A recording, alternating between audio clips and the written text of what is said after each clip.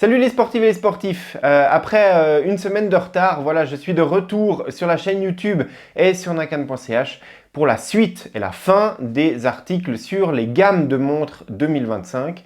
On a déjà passé en revue les gammes de Polar, de Coros, de Garmin et dans cette vidéo et dans l'article que je mets en ligne cette semaine, on passe en revue la gamme de Suunto. Suunto, vous le savez probablement, a été repris par un groupe chinois qui s'appelle Li Sheng il y a un peu plus d'une année et demie. Suunto en a profité pour accélérer un petit peu la cadence. C'est vrai que la stratégie de Suunto avant n'était pas trop lisible, a fait des choix un petit peu disruptifs au moment de recréer la Spartan de zéro, de changer de plateforme applicative, de passer de MovesCount à l'application Suunto. Ça a généré pas mal de problèmes. Suunto est reparti quasiment de zéro, et au niveau de ses montres et au niveau de sa plateforme logicielle. Et pendant longtemps, Suunto a couru un petit peu après le marché pour amener des produits qui étaient compétitifs par rapport au reste du marché. Et puis il y a un peu moins de 2 ans est sortie la Suunto Vertical, et là vraiment Suunto a recollé au peloton de tête avec de la cartographie, et non seulement de la cartographie, mais Suunto a sorti le moteur de carto le plus réactif qu'on a trouvé sur le marché à ce moment-là, et c'est toujours à mon avis le plus réactif qu'on trouve parmi les montres de chez Polar, Coros, Garmin et Suunto, avec des fonctionnalités qui se rapprochent du marché et du haut de gamme, comme le solaire par exemple, et puis surtout une vraie identité, et puis des montres qui sont vraiment sympas à utiliser. Non seulement Suunto a apporté la verticale qui a apporté toutes ces technologies, mais en plus, juste après, Suunto a introduit la Suunto Race, qui était sa première montre AMOLED, si on accepte la Suunto 7, qui était une montre un peu particulière. Et là, vraiment, par rapport au reste du marché et par rapport à la compétition, Suunto a quasiment fait un sans faute avec l'arrivée de l'AMOLED, ensuite le format un peu plus petit avec la Suunto Race S, et une gamme qui est vraiment très facile à identifier, très lisible, avec des montres qui correspondent vraiment à chaque segment au niveau sportif outdoor. On ne se perd pas comme chez Garmin avec des Vivo Active, des Instinct, des Phoenix, des Forerunner où on ne sait pas trop regarder. On a vraiment une montre d'entrée de gamme qui reste un petit peu un reliquat de l'ancienne génération, qui est la Suunto 9 Peak Pro. Et puis ensuite, on a vraiment cette Race et Race S qui sont des montres quasiment identiques, mais pour un format différent. Et puis qui, c'est vrai, peuvent adresser des publics qui sont un petit peu différents. Et cette Suunto verticale qui offre un écran transflectif MIP avec de la recharge solaire, donc une autonomie beaucoup plus grande, mais un logiciel qui est quasiment équivalent à celui de la Suunto Race. Et puis la Suunto Ocean qui reprend les mêmes fonctionnalités sportives, mais qui en plus est une montre complète de plongée pour aller jusqu'à 40 mètres de profondeur pour faire sa plongée sous-marine, et une gamme qui correspond vraiment, à mon sens, à ce que doit faire une marque de montre de sport.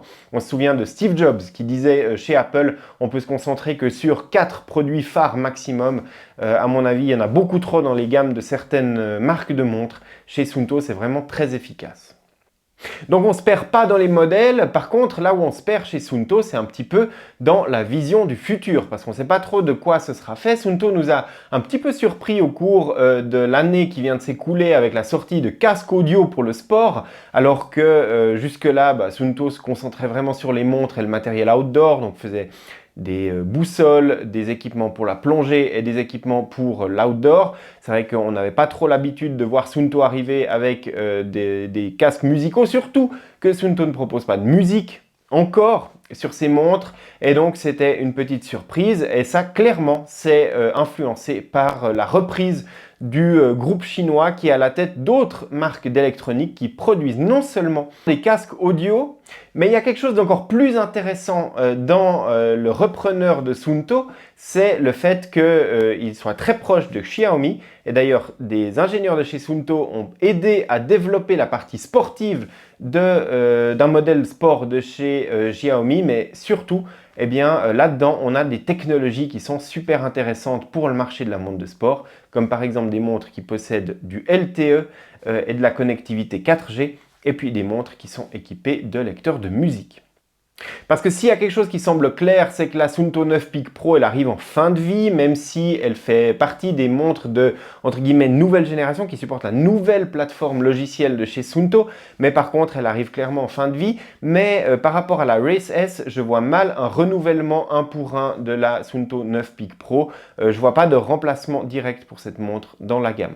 Et puis la deuxième qu'on pourrait imaginer remplacer cette année, c'est la Suunto Vertical, parce que c'est la plus ancienne de la gamme et on pourrait imaginer que Suunto veut apporter des choses supplémentaires sur une montre qui est très typée outdoor, qui a une grande autonomie. Donc on garderait le modèle vertical avec de la recharge solaire, mais pourquoi pas notamment le stockage de musique dessus et pourquoi pas une connectivité 4G LTE qui viendrait de technologies possédées par le groupe mère de Suunto.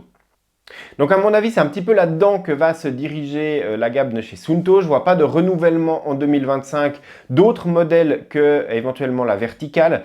On pourrait imaginer que Suunto veuille regrouper Vertical et Race pour un renouvellement avec un modèle en écran transflectif MIP et un écran en AMOLED parce que les montres au niveau hardware sont très proches. Mais ça voudrait dire mettre la couronne rotative sur les deux modèles. Je ne suis pas persuadé que tout le monde est très fan de ce fonctionnement-là. Donc j'imagine plutôt un renouvellement uniquement de la partie Suunto Vertical en 2025. Ça reste très ouvert, c'est très difficile de savoir ce que va faire Suunto à l'avenir et où ils vont se diriger. Et puis c'est très difficile aussi de lire quelle va être l'influence du repreneur chinois sur la marque Suunto. Pour l'instant, Suunto continue à produire ses montres en Finlande. C'est notamment le cas de la Race S et c'est le cas de la Suunto Vertical. Par contre, la Suunto Race est produite en Chine par Suunto sur place. Et puis le fait que Suunto ait été repris par un groupe chinois a donné quelques mauvaise surprise, on va dire. En tout cas, quelques personnes se sont un petit peu offusquées de voir que la politique de confidentialité de chez Suunto avait changé à la fin de l'année 2024 et que désormais, les données de la plateforme logicielle de Suunto peuvent être traitées également en Chine. Suunto garantit toutefois que ces données, même si elles sont traitées en Chine, continuent à être traitées de manière conforme au RGPD européen. Donc voilà pour la gamme de Suunto en 2025. J'ai pas beaucoup de choses de plus à vous dire et je vais pas faire une vidéo plus longue, tout simplement parce que c'est très difficile de savoir où va aller Suunto en 2025. On voit la gamme actuelle qui est très simple, très lisible, efficace. Suunto ne doit pas changer fondamentalement ça pour l'année et les années à venir, à mon avis. Mais par contre, continuer à faire évoluer ces modèles et puis des choses qui, évidemment, sont très attendues, comme la connectivité LTE et pourquoi pas du live track de chez Suunto qui n'existe pas encore, de la lecture de musique et puis des fonctions connectées un petit peu plus avancées, pourquoi pas du paiement sans contact aussi.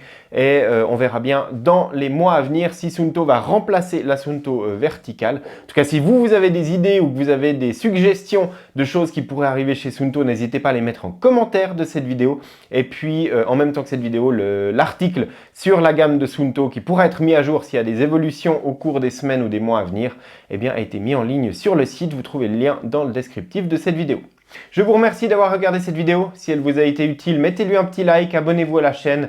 Et moi, je vous retrouve très bientôt sur la chaîne YouTube de nakan.ch, sur les réseaux sociaux et puis sur le site internet pour l'actualité du sport connecté.